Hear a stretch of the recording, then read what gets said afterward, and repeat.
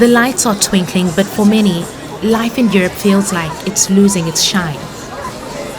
With the inflation, everything got higher, like the price for a living in the center here is like at least $500. It's so hard. If I want to get some great food, I know that I have to invest more than I did before. So that's something I'm a bit concerned about because I still want to have high standards in terms of food. Definitely feels like the standard of living is getting worse. I live in the UK, but we have a lot of friends across Europe and we hear the same thing from pretty much all of them. And most people don't expect things to improve.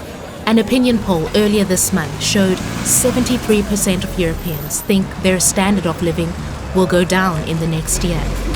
And 4 in 10 people surveyed in the same poll said they sometimes or most of the time have difficulties paying bills. Inflation and high energy prices brought on by the COVID pandemic and then the war in Ukraine have hit household budgets hard, but Europe's actually doing better than expected.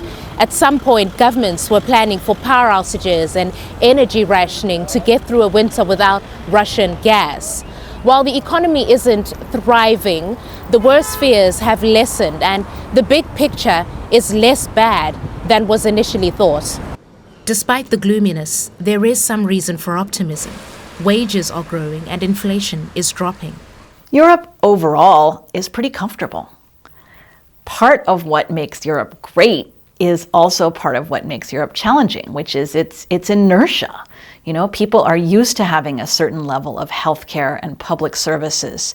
They're not used to changes in that. If you look at European Union in global, there's not so many domains where we are not one of the top performers. We are one of the most innovative continents in the world. We are a wealthy continent with a very high purchasing power. Europe's position as an economic superpower is being tested in the face of crisis.